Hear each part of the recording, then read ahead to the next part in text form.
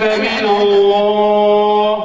وأصلي وأسلم على معلم البشرية وهادي الأنام سيدنا محمد صلى الله عليه وسلم صلاة دائمة إلى يوم الدين. وبعد، القرآن الكريم كتاب الله المكنون ومعجزته الخالدة عبر السنين والعصور، به تستنير القلوب وتستضيء العقول.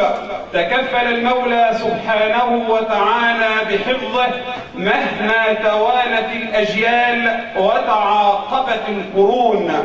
ومع أنقى النسمات تحيا القلوب الآن بتلاوة قرآنية مباركة من سورة النمل من الآية 59 حتى الآية 66 بصوت الطالب أحمد مجدي الجهري بالصف الثالث الإعدادي بالمعهد الأزهري بدمياط، وحاصل على إجازة برواية حفص عن عاصم عن طريق الشاطبية والدرة. فليتفضل. من الشيطان الرجيم. بسم الله الرحمن الرحيم. قل الحمد لله وسلام على عباده الذين اصطفى. الله خير أما يشركون. أمن خلق السماوات والأرض وأنزل لكم من السماء ماء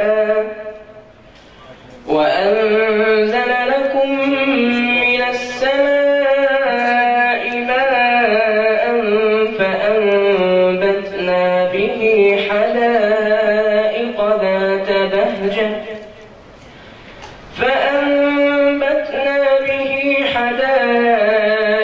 ذات بهجة ما كان لكم أن تنبتوا شجرها أإله مع الله بل هم قوم يعدلون. أمن جعل الأرض قرارا وجعل خلالها أنهارا وجعل لها رواسي وجعل بين البحرين حاجزا أإله مع الله بل أكثرهم لا يعلمون. أمن يجيب المضطر إذا دعاه ويكشف السوء ويجعلكم خلفاء الأرض أإله مع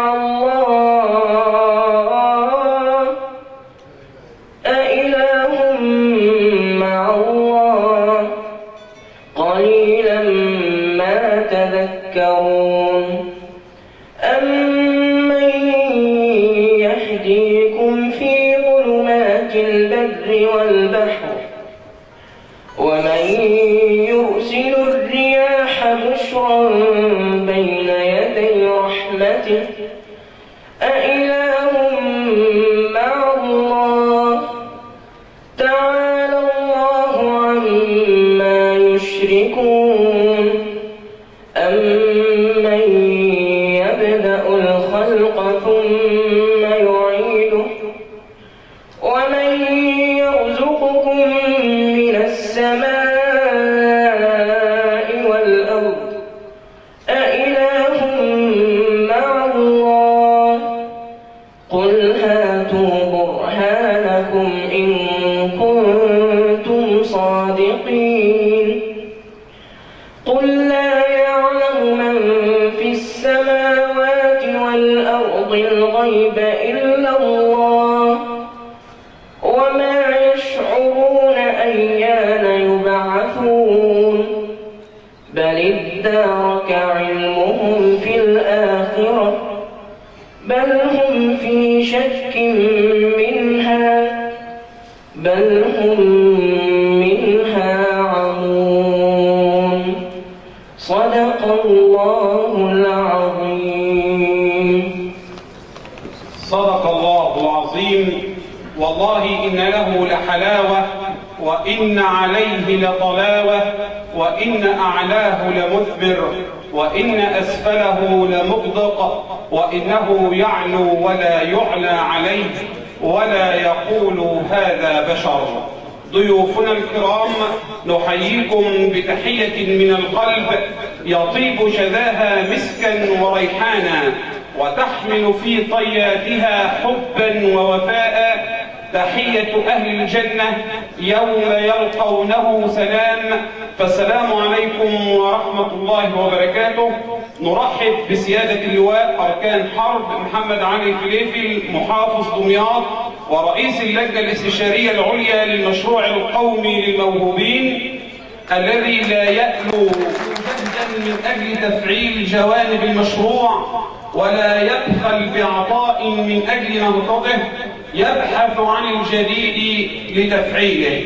كما نرحب بالأستاذ الدكتور ممدوح صفوان رئيس جامعة دمياط والمنسق العام للتعليم الجامعي للمشروع، ونرحب بالدكتور المهندس محمد العزب نقيب المهندسين بدمياط والمنسق العام للخريجين والهواة بالمشروع، الذي يتضامن جهده وفكره لتفعيل المشروع القومي للموهوبين بدمياط. كما نرحب بالسيد المهندس سعد السيد الشربيني وكيل وزارة التربية والتعليم بدمياط والمنسق العام للتعليم قبل الجامعي.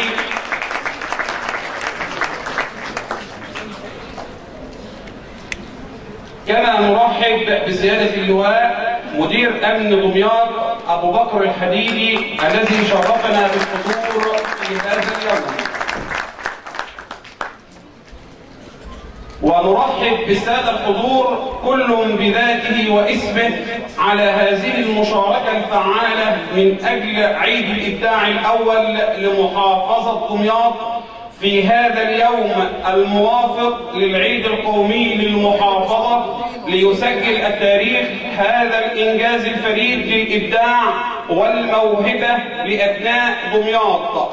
تسير في موكب الإشراق موهبتي وفكرتي أشعلت من نور إبداعي. أرى الأماني التي أملتها كبرت، قد سخر الله لي من أمتي راعي، فتحت جفني في شوق وفي ألق، أسير في بهجة والحب إيقاعي.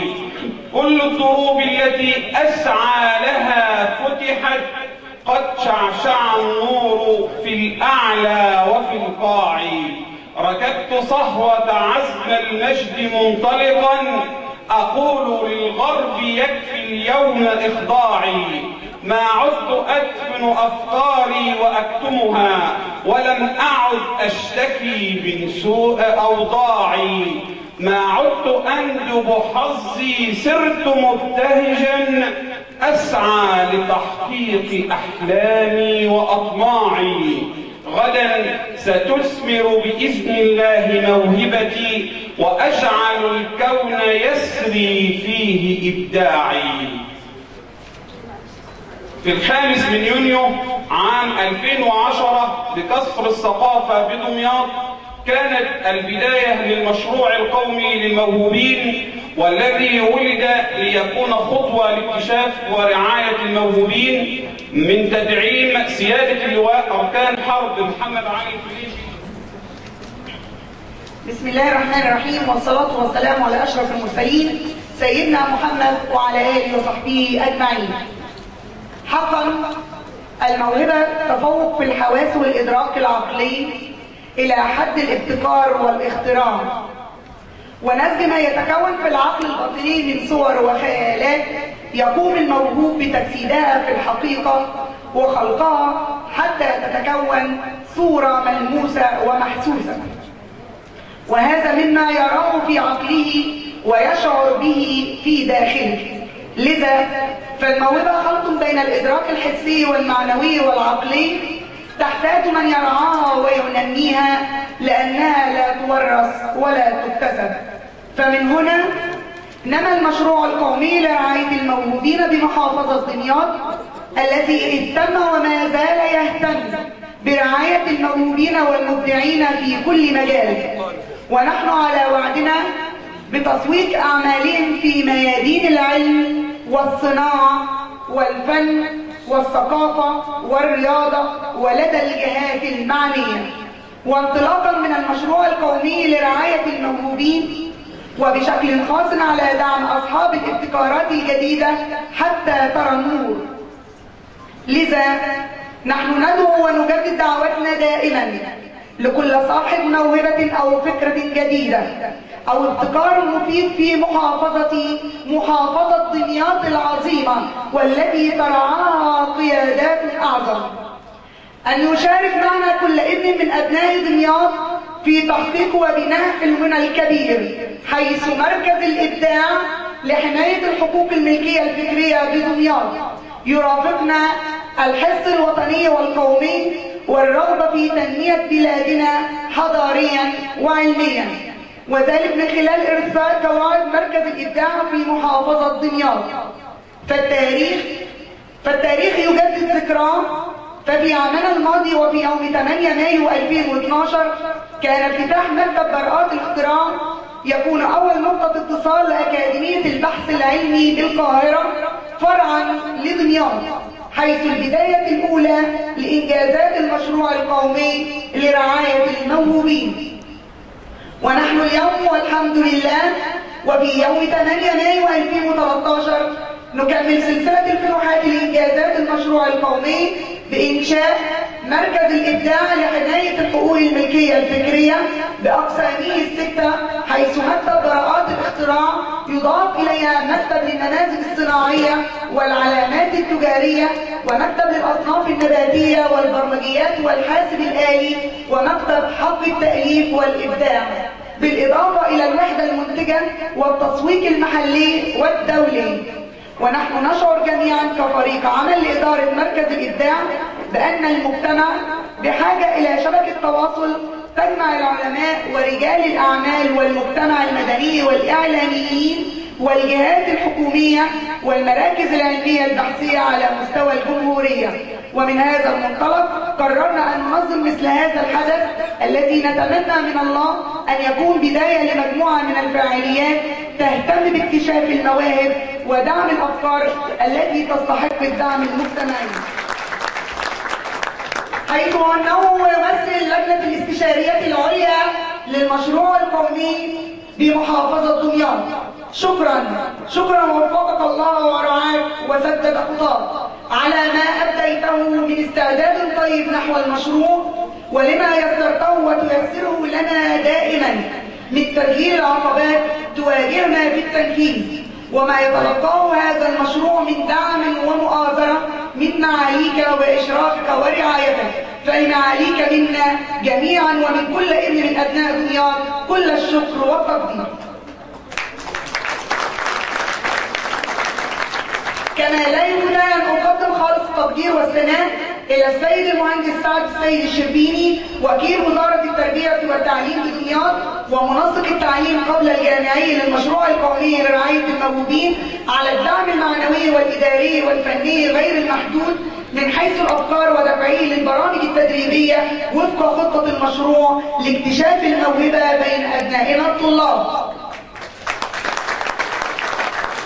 كما ينبغي أن أخص بالشكر الجزيل والتقدير الوافي حضور السيد اللواء أبو بكر الحديدي مدير أمن دمياط الذي نسعد بوجوده دائما في كل نجاح يرافقنا،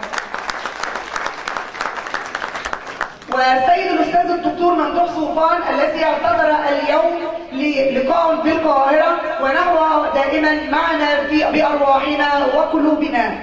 كما أنه السيد الأستاذ الدكتور محمد العزب الآن في ميناء دمياط على وصول إن شاء الله ليلقي كلمته بين السادة الحضور.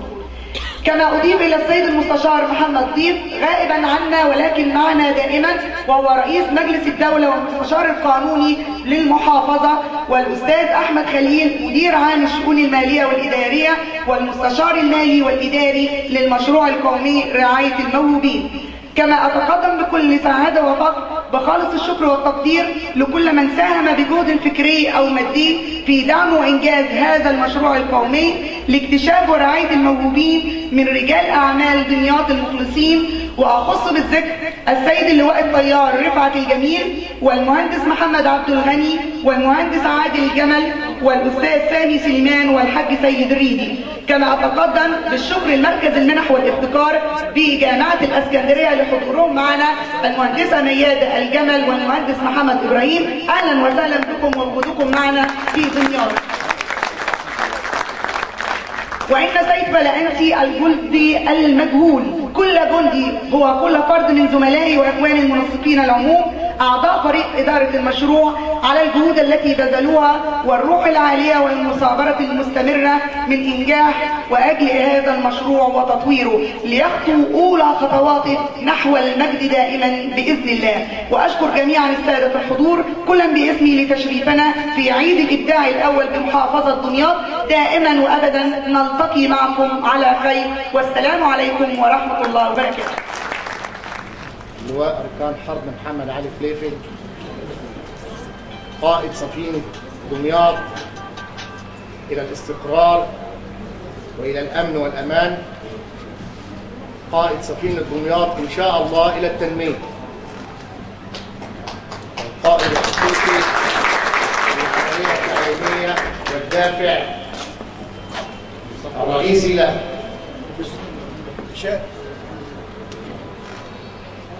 السيد اللواء أبو بكر الحديدي، مدير أمن دمياط، الرجل الذي يتوقع منه دمياط الكثير لما يتمتع به من سمات شخصية يحبها الجميع.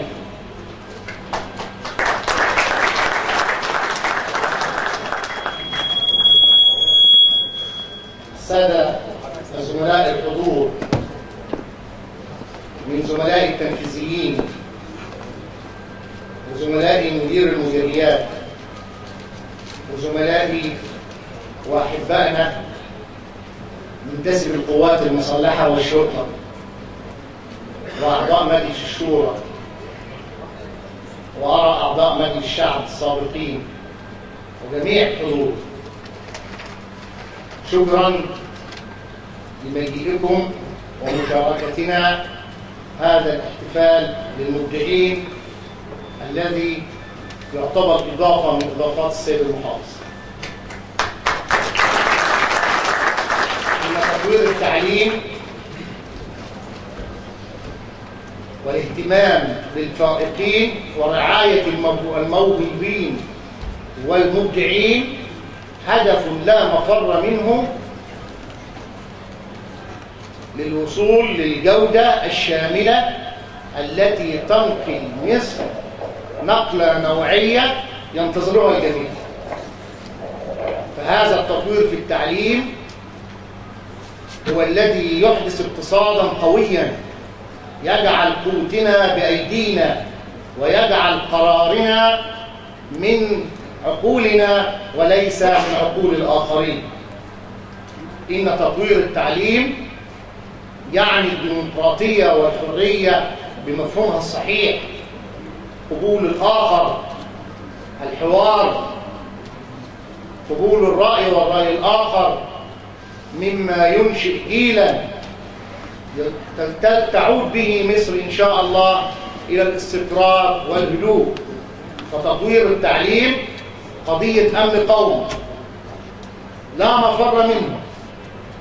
فبالاقتصاد أمن قومي، ديمقراطية وحرية أمن قومي بمفهومها الصحيح، إعادة القيم والانضباط لمدارسنا أمن قومي، لننشئ جيلا بعيدا عن الأفكار الشاذة، جيلا بعيدا عن المخدرات وعن السلوك السيء، وهذا يعني استقرارا داخليا في البلاد، وهذا يعني أمنا قوميا.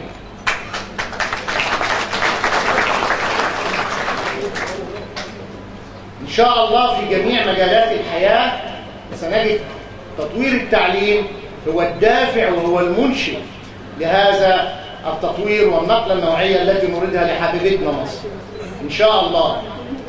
وتطوير التعليم يعني المنافسة في حرب المعلومات والأفكار، حرب الإبداع، حرب الموهبة، المنافسة في العالم، مما نجعلنا قوة ويجعل من مصر مهابة لا يستطيع أحد أن يمس حدودها أو أن يمس طرفا من طرفها. إن شاء الله سنعمل على ذلك ولن نكل ولن نتعب، وسنجمع شملنا بجميع أفكارنا لنتحد يدا واحدة في مسار التعليم لنصل به إلى المراد إن شاء الله. شكرا جزيلا والسلام عليكم ورحمة الله وبركاته.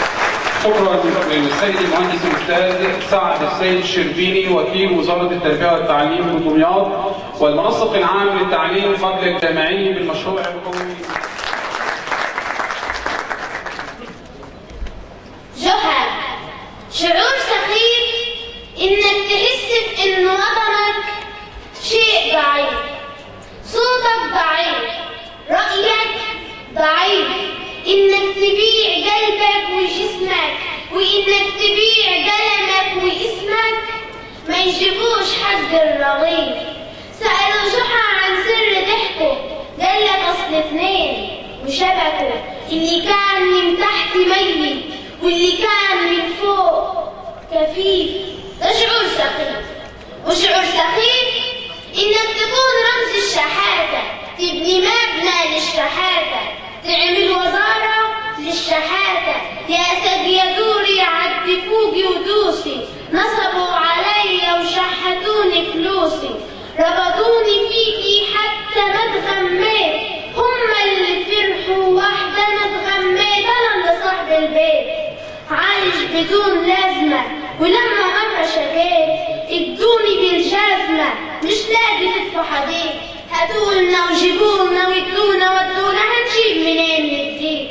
مش لاقي تدفع حديد، طافح يا بلد غدايا ولوعتي غدايا، وادي الأحبة التقوا واتجمعوا عدايا. أنا اللي زرعك دهب بتأكلين سباخ، إن كنت تقلي ودلع بزيادة دلعك باخ. لا شفت فيكي هنا ولا شفت فيكي طرف، كل اللي فيكي طرف.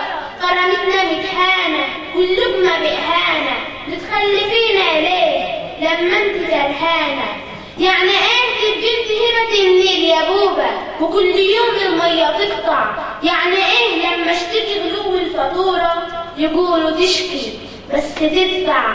ولما جش الرز ثروة بتتحرق، واما نقي الأمة ثروة بتتسرق، واما جلاتك على أولادك بيبطش، واما علمك ما يلاقيش ياكل فيطفش. يعني ايه نرفع ايدينا بالسلام لاجل الغزاة؟ يعني ايه لما ابقى ماشي بحالي اتشد اشتباه؟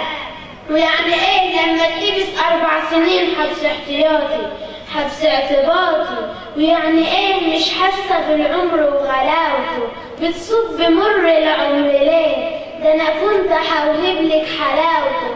انا عمري ما اتأمرت ولا حطيت شروطي، ومكان ما ترسى مركبك ببني شطوطي. انا كنت جيشك لما مليتك باعوكي، وكنت يوسف لما عشت 2 عجاف، وضلوعي دي اللي في معركة قادش حموكي، وشفايفي دي اللي ما بطلتش في يوم هتاف.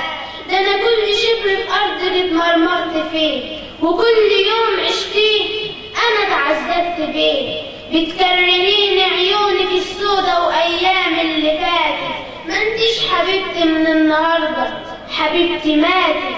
مع صوت اذانك جرس في الشده صحينلك، من امتى كانوا الحرس هما اللي بادينلك؟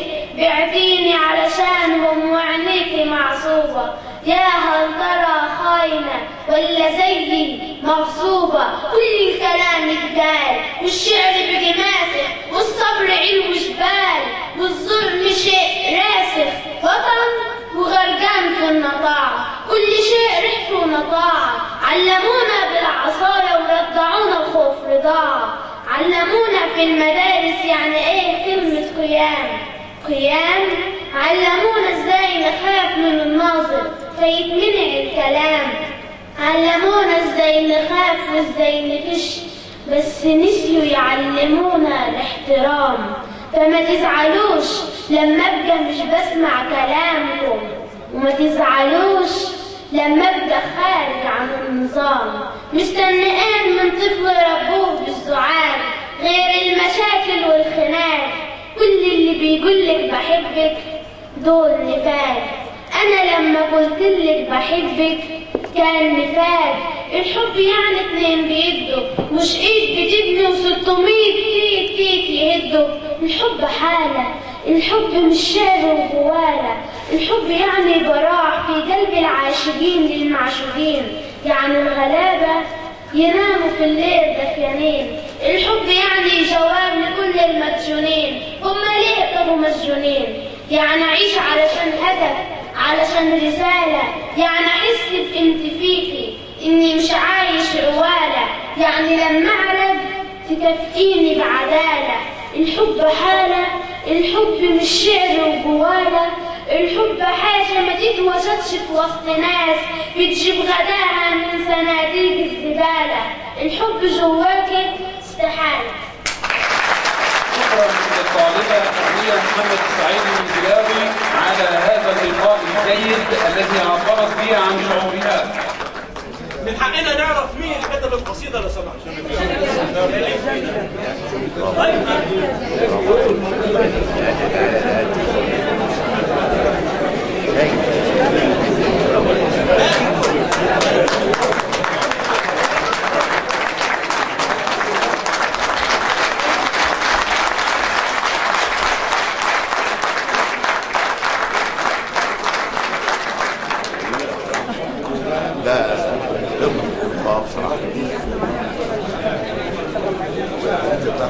نلتقي الآن.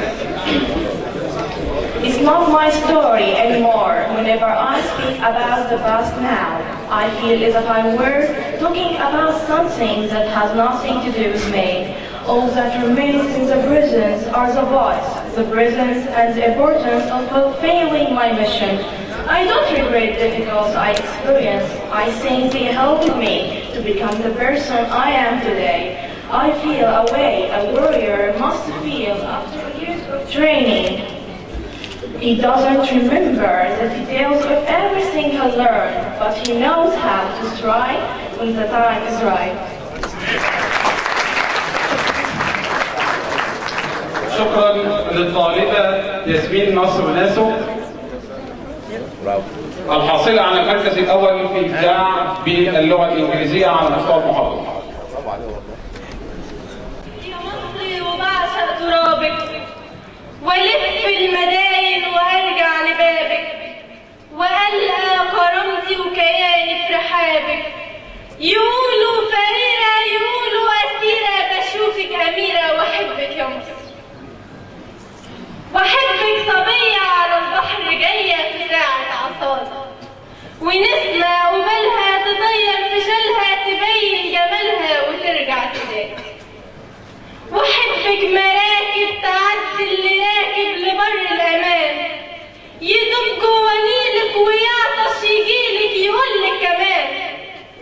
وقابلك ببوسة في زفة عروسة، ولما في بيتنا مع ولاد حارتنا تدق المزاهر ترد المزامر تزغرط جارتنا نهلل نغني وحلم التمني نور لبيتنا. واحبك زيارة لبيت عم سيد، ده أصله فقير مش هيقدر يعيد، نعيد عليه نفرح عينيه ويدعي لنا دعوة ب1,000,000 جنيه. فأرضك يحس الغريب إنه مصري وإحنا الأجانب، ويلقى الرعاية ويلقى الحماية على كل جانب، ويمشي في ربوعك ويشبع بجوعك ويعمل مصايب، ويرجع تسامحي يا ساكنة في ملامحي يا ست الحبايب.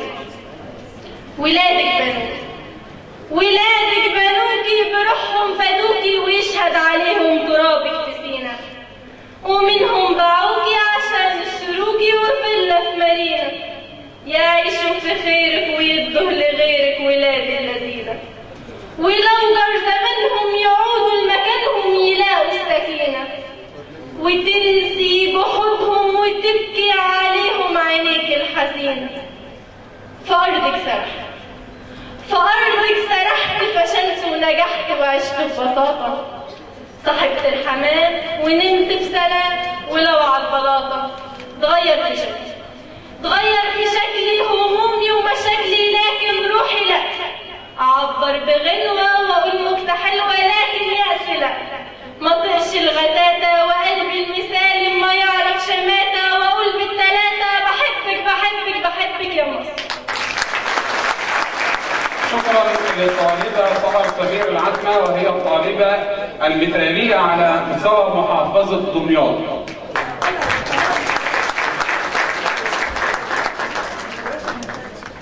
مدرسة المنتزه الإعدادية بدري. السلام عليكم. أنا قبل ما أبدأ بس عايز أرحب بالسيد المحافظ والسيد النظام والسيد الضيوف جميعا والسيد وكيل الوزارة. أنا مبسوط جدا إني موجود النهارده بينكم إن شاء الله. يا رب الفقرة تعجبكم بإذن الله. أول دكتور مننا طبعا مدير المشروع أستاذ خالد وجميع حضرتك.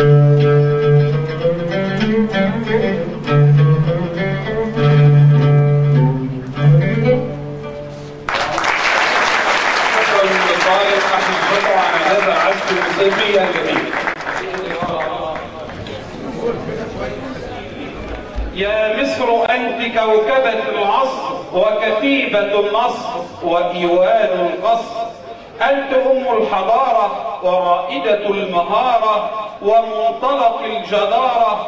من أين نبدأ يا مصر الكلام وكيف نلقي عليك السلام قبل وقف الاحترام، لأن في عينيك الأيام والأعلام والأقوام.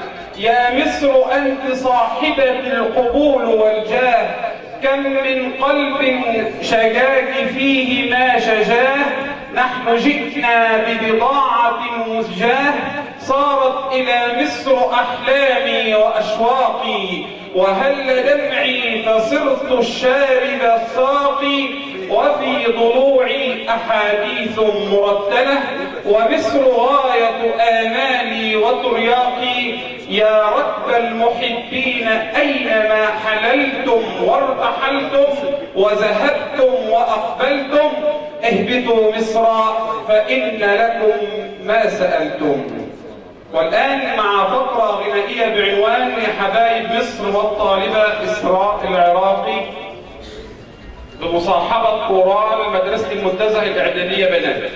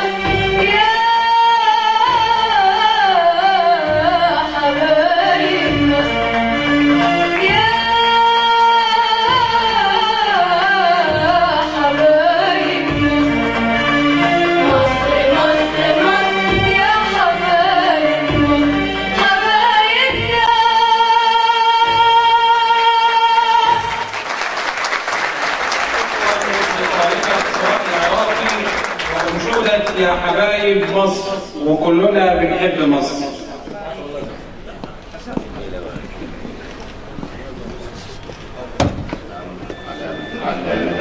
بعد السيدات والسادة، هي كل سنة وانتم طيبين أولا بمناسبة العيد القومي لدمياط، وندعو الله سبحانه وتعالى أن يعيدوا على دمياط وعلى مصر العام القادم بنا نكون حققنا الخير لدمياط ولمصر. يعني كلام كتير جدا بعد الكلام اللي سمعته والفقرات الجميلة للشتاء، لكن انا هاخد من كل واحد قال حاجه كلمه بسيطه جدا بتحضرني في ذهني دلوقتي حاليا من كلمه الاستاذ منى، كلمه حق. كلمه حق ان كل من عمل هذا المشروع يدي على راسه. هذا مشروع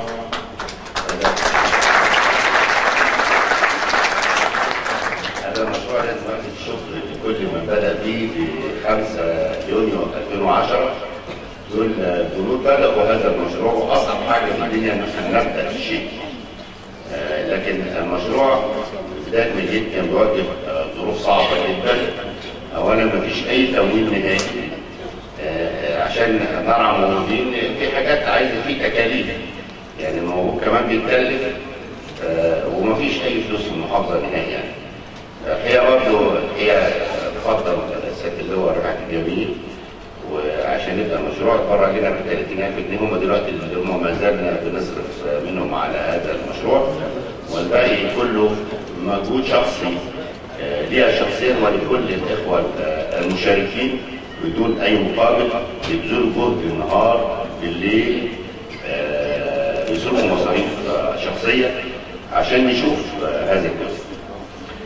هذا مشروع عظيم جدا وانا سعيد بيه، وأرجو إن هو يستكمل المسيرة، وأنا واثق طالما هذه المجموعة اللي موجودة بتتابع هذا الموضوع أعتقد هيحقق النجاح.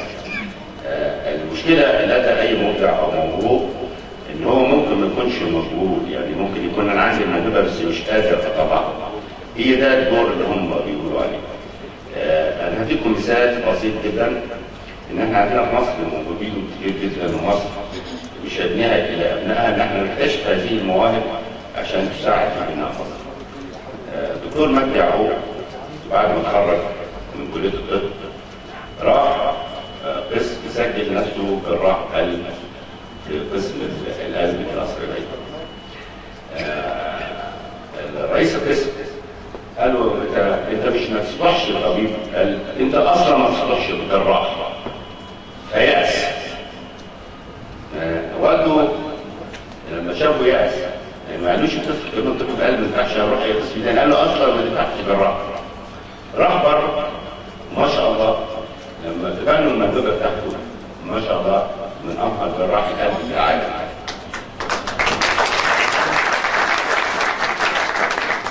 ده درس بسيط جدا ان احنا ما ناخدش امور ببساطه شديده جدا، ما نيأس. لا يأس مع الحياه ولا حياه مع اليأس. لازم الموجودين دول نبحث عليهم ونتابع. والحقيقه على راس المشروع الاستاذه منى اللي شايفها مخبره ومقاتله في تحقيق هذا الهدف، وبيعاونها اخطاء ممتاز زي الدكتور العزم. الحقيقه ومش موجود النهارده، لكن الحقيقه احب اقول لكم ان ده بيعمل لصالح المحافظه من جيبه الخاص، رغم ان الاخرين ما بيشاوروش الفلوس، لكن ده بيعمل ساعات بيدينا كمان يعني في مشاريع عايزه تتعمل، عايز ده جسات ومعلش فلوس بتاع الجسه بيدفعها من جيبه الخاص لصالح المحافظه. في ناس كتير جدا بيعملوا، وفي معانا برضه عشان اليوم النهارده احنا بقى 30 كلمه في المحافظه، في مجموعه حريه شغاله معانا في اداره الازمات من كافه القوى السياسيه. هذه المجموعه تعمل ليل ونهار على حساب مصالحها الشخصيه. يمكن هم كانوا بيقولوا كتير جدا نتيجه لمشاور الاعمال اللي اتعملت في المحافظه، كانوا يقولوا عايزين نعلن الكلام ده، وانا كنت بقول لهم ما تعلنوش لصالح المحافظه. لكن النهارده ممكن نقول اي واحد في المحافظه عايز يشوف ايه اللي اتعمل في المحافظه عمل كتير جدا عشان زي ما قالت بنت صغيره بتغني عايزين الامل. الامل فعلا عندنا في دماغ في امل كبيره جدا تتحقق ما كناش متخيلين انها تتحقق في كافه المجالات، ولكن ده مش مجال ان احنا نقول لتعمل، لا في امل عشان كل واحد يشوف ايه اللي تم في المحافظه. ولو ضربنا مثال في اطار ان احنا زي ما قال الاستاذ سعد تطوير التعليم، وزي ما قالت بنت الشاعره العظيمه ان احنا نبدا بالاحترام في المدارس. الاحترام في المدارس ده جزء كبير جدا، عايزين نعيد الاحترام.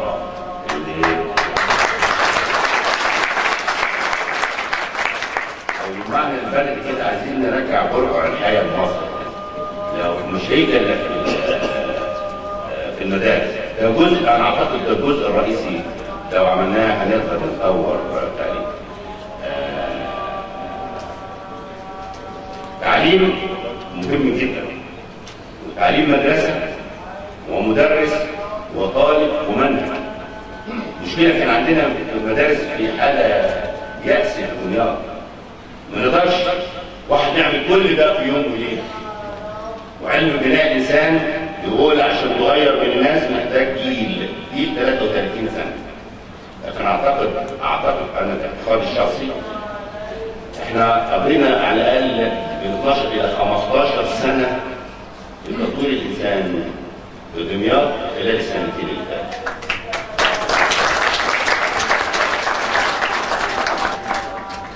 احنا في المدارس بس كان سنه 2010 2009 اتبنى في دمياط 6 مدارس. سنه 2010 ما اتبناش ولا مدرسه في دمياط. 2009 و2010 في السنتين دول ازاله 18 مدرسه واتبنوا 6 مدارس. السنتين اللي فاتوا اتبنى 41 مدرسه في دمياط. عشان نحس ان في جاي تاني، يعني الاسبوع اللي جاي ان شاء الله هنضع حجر الاساس ل3 مدارس اضافيه. كله بمجهودك يا ست جوه. الله يخليك. لا هو طبعا مش مجهودي، لازم نعيد الفضل ليكوا انتوا كلكم شعب دمياط والمسؤولين والاستاذه رئيسه الجمعيه التعليميه والفريق اللي معاها. ناس الحقيقه لازم نحييهم ونتربوا عليهم بصراحه. كل الفريق العمل معايا الحقيقه المديرين بيتمتعوا، وانا محظوظ جدا ان هم يكونوا معايا في هذه الفتره، وبالتالي يحققوا معانا نجاحات كثيره جدا. انا قررت فعلا من النهارده ان الناس عشان ندي امل زي ما قالوا اولادنا الاعداد بتاعتهم ويعرفوا مصر ادت ايه، تدي ايه لمصر. اسال نفسك ادت ايه مصر؟ لازم بقى نعرف مصر ادت لنا ايه. مصر ادت لنا كتير جدا في دمياط. الدوله ادتنا في خلال الفتره اللي فاتت رغم الفتره العصيبه حاجات كتيره جدا جدا جدا. انا مش واقف هنا عشان اقول، لكن مسموح لكل واحد وفي كتاب اتعمل بالحاجات اللي تمت. الاعمال اللي المحافظه بتاعتكم دي عملتها بس بمعاونه الدوله. ما تمش الا طريق عمل كبير جدا. ان الحفله اللي احنا المواهب اللي احنا شفناها دي ما تتمش الا طريق عمل. ده اللي احنا مسمينه في القوات المسلحه الجند المجهول. عندنا في القوات المسلحه لما نيجي نعمل احتفال بنضع الورد والتكريم للجندي المجهول، اما المعروف احنا بنشكره بالصوت. وهم دول اللي ورا النجاح. وصاحب العود العظيم، انا كنت نفسي ابقى عايز العود في يوم من الايام وانا صغير، بس ما